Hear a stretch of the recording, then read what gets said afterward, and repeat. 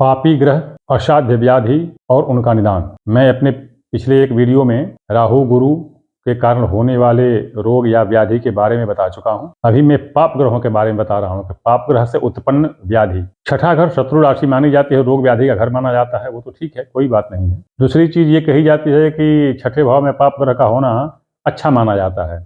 तो ध्यान दीजिएगा, अच्छा में और शुभ में बड़ा अंतर है। अच्छा में और शुभ में बड़ा अंतर है। देखने में दोनों एक समान लगते हैं, लेकिन बड़ा अंतर है। कैसे? जैसे कोई पत्थर या रत्न होता है, एक होता है ओरिजिनल और एक होता है प्योर। ओरिजिनल जो मौलिक मूल रूप में होता है, और प्योर जिसको तरह तरह से मतलब केमिकल कंपाउंड से या फिजिकली उसको खरोच करके, रगड़ करके, घिस करके, तराश करके उसको बनाया जाता है। तो वो होता है प्योर और वो होता है मौलिक, शुद्ध और ओरिजिनल मौलिक। वही इसमें होता है शुभ और अच्छे में। अच्छा होना अलग बात है, शुभ होना अलग बात है। अभी मैं बताऊं, छठे घर में चाहे कोई भी ग्रह हो, पाप ग्रह हो या शुभ ग्रह हो, कभी भी कोई शुभ फल नहीं दे सकता। शुभ फल तो दे ही नहीं सकता है, चाहे कोई भी ग्रह बैठे छठे घर में। यह एक आम प्रसिद्ध ये बन चुका है, सिद्धांत बन चुका है कि छठे घर में पाप ग्रह का होना अच्छा माना जाता है। हो सकता है अच्छा हो, लेकिन अच्छा होने की बात नहीं, यहाँ पर शुभ होने की बात तो कभी शुभ नहीं होता है। अब उसमें भी यदि छठे घर में कोई शुभ ग्रह बैठ जाए तो वह तो और भी अशुभ हो जाता है, और भी अशुभ हो जाता है। जैसे मैं बताया कि पिछले वीडियो में बता चुका हूं कि राहु, शनि, मंगल, सूर्य, केतु इत्यादि के द्वारा जो व्याधि उत्पन्न की जाती है तो वो बहुत तेजी से ऊपर उठती है और फिर बड़ी तेजी से नीचे गिर जाती है, मतलब समाप्त हो जाती है। किंतु यदि ये शुभ ग्रह के द्वारा कोई व्याधि अगर उत्पन्न होती है तो वो धीरे धीरे, जिसको स्लो पॉइजन कहते हैं, तो धीरे धीरे ऊपर उठती है और फिर धीरे धीरे नीचे आते आते और मृत्यु पर्यंत तक रह जाती है, और वो कभी कभी मृत्यु का कारण बन जाती है। तो ये शुभ ग्रह और पाप ग्रह ये अंतर है। अब बताता हूं, मैं पिछले वीडियो में राहु और गुरु के कारण बता चुका हूं।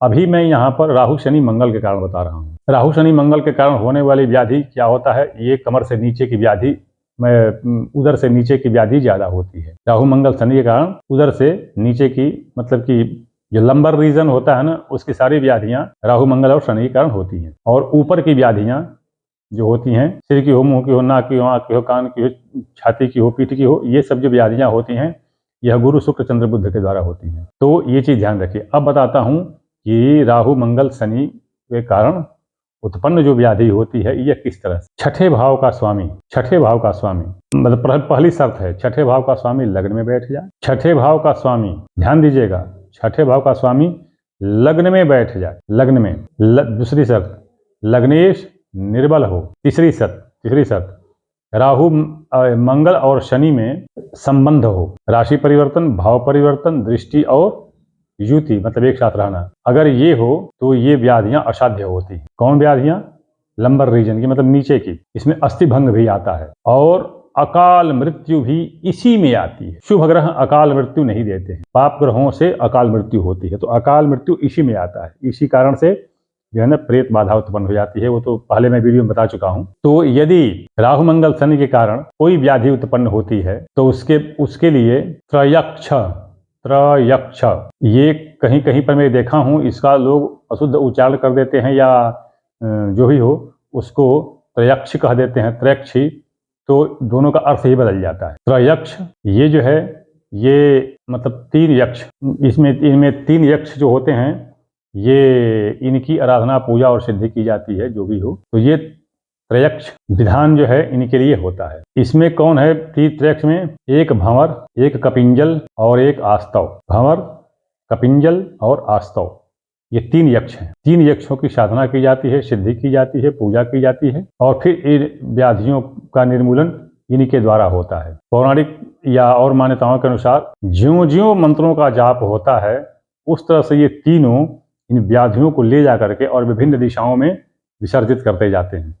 कथा लंबी है, इनको विसर्जित करते जाते हैं। यह देवी चामुंडा के द्वारा बनाया गया है यक्ष, और उन्होंने ही इन यक्षों से ये सब काम कराया। और बाद में एक ऋषि थे जाबाली, उन्होंने इसको पहले किया था विंध्याचल पर्वत पर। खैर, तो ये क्या है? यक्ष विधान, त्रयक्ष विधान करें। इसमें क्या होता है कि इसके मंत्र का भी 1.25 करोड़ जाप करना ही पड़ता है, और वो भी 11 दिनों में। 11 दिनों में 1.25 करोड़ मंत्र का जाप करना ही होता है। और जाप करने के बाद फिर वही इसी मंत्र से 1.25 लाख पाठ करके, मतलब 1.25 लाख बार आहुति भी दी जाती है। आहुति में विशेष रूप से लाल फूल, अब वो चाहे आपका गुड़हल का हो या गुलाब का हो, लाल फूल, माजू फल, ध्यान दीजिएगा, लाल फूल, माजू फल, घी और दशांग।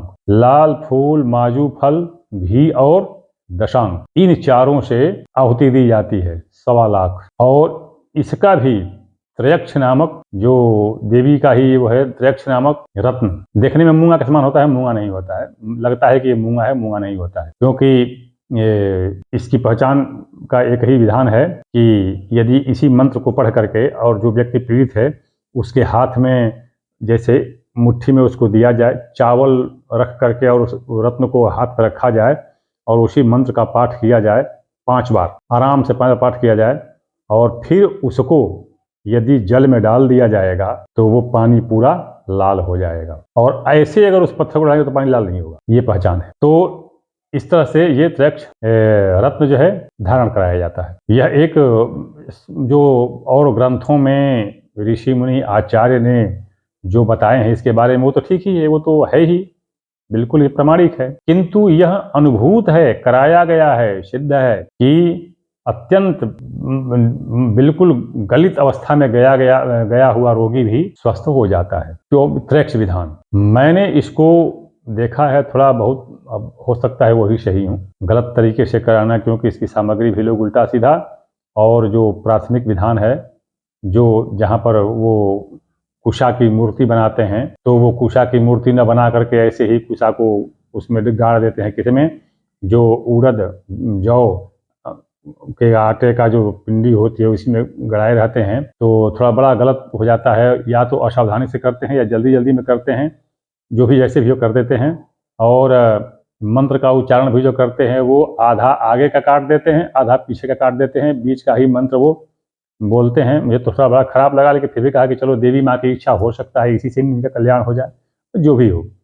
तो थोड़ा सा आप जो है इसको अगर कराते हैं तो विद्वान, ईमानदार, कुशल और अभ्यासी पंडित लोगों को आमंत्रित कीजिए, उनसे अभ्यर्थना कीजिए और उनसे कहिए कि हमारी ये कर दें, और करा करके और फिर वो जो मुद्रिका है, जो त्रयक्ष मुद्रिका है, अपना उसको धारण कर लें और पीड़ित व्यक्ति स्वस्थ हो जाएगा। अनुभूत विधान है यह, अनुभूत कराया हुआ। मैं खुद के उत्तरदायित्व पर इसको खुद के उत्तरदायित्व पर नहीं, बल्कि जो एक पंडित जी दुर्भाग्य से देहावसान हो गया है, मुमुक्षु भवन रहते थे वाराणसी, तो पंडित हरिशंकर गौड़, तो वो 2 बार कराए थे, उन्होंने बुलाया भी था, मैं छुट्टी लेकर के और इसमें भाग लिया और वो लोग स्वस्थ भी हुए। तो ये विधान अगर कोई कुंडली देखे, अगर किसी को राहु मंगल और शनि के कारण यदि ये रोग है,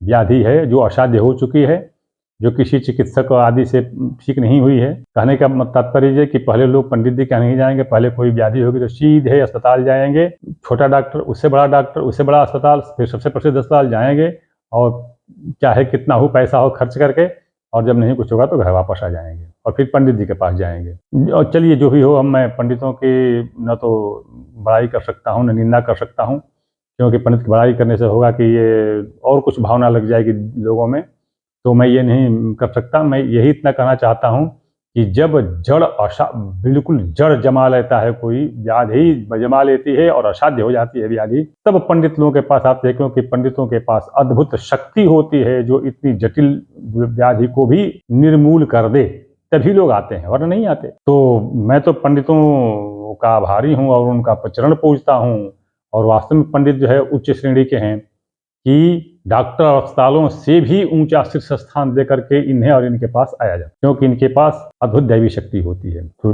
जो भी हो, ये राहु मंगल और शनि कृत व्याधि से मुक्ति पाने का त्रयक्ष विधान कराएं और मुक्ति पाएं। खर्च ज़्यादा है, सोच सकते हैं कि 11 पंडित का 11 दिन में 9 पंडितों का कितना, उनकी दक्षिणा ही कितनी हो जाएगी। बाकी जो सामग्री है वो कितने की हो जाएगी, तो समर्थ व्यक्ति ही करा सकता है। चलिए, माता भगवती सबको सामर्थ्य दे, धन दे, ताकि सब लोग जो है इसको करा सकें जिसको पीड़ा हो। एक बात देखने में आई है कि लोग वीडियो के कमेंट बॉक्स में लोग प्रश्न पूछते हैं या अपनी समस्या पूछते हैं, तो मैं बता दूं कि मैं कमेंट बॉक्स को न देखता हूं न उसका कोई उत्तर देता हूं, तो इसलिए कमेंट बॉक्स में कोई कमेंट न करे। ये वीडियो चूंकि मैं खुद अपलोड नहीं करता हूं, कोई और व्यक्ति अपलोड करता है, और वही कभी कभी हो सकता है कमेंट में किसी कमेंट का कोई जवाब दे दे, अन्यथा मैं कभी जवाब नहीं देता। और यही कारण है कि मैं प्रत्येक वीडियो में अपना व्हाट्सएप नंबर दे देता हूं, 9889649352। इस पर कोई भी व्यक्ति संदेश भेज सकता है, लेकिन कैसा संदेश? अपनी समस्या से संबंधित, विद्वता प्रदर्शन के लिए नहीं कि वो बड़ा विद्वान है, या तर्क वितर्क या शास्त्री के लिए नहीं, शास्त्रार्थ के लिए नहीं। न मैं कोई शास्त्री हूँ, न कोई आचार्य हूँ, न पंडित जी, न गुरु जी, न स्वामी जी, न मेरे पास कोई आश्रम है, न संगठन है, न संस्था है, न कार्यालय है, न कोई ग्रुप वर्ग, कुछ भी नहीं है। मैं फौजी आदमी ठहरा, नितांत अकेला हूँ।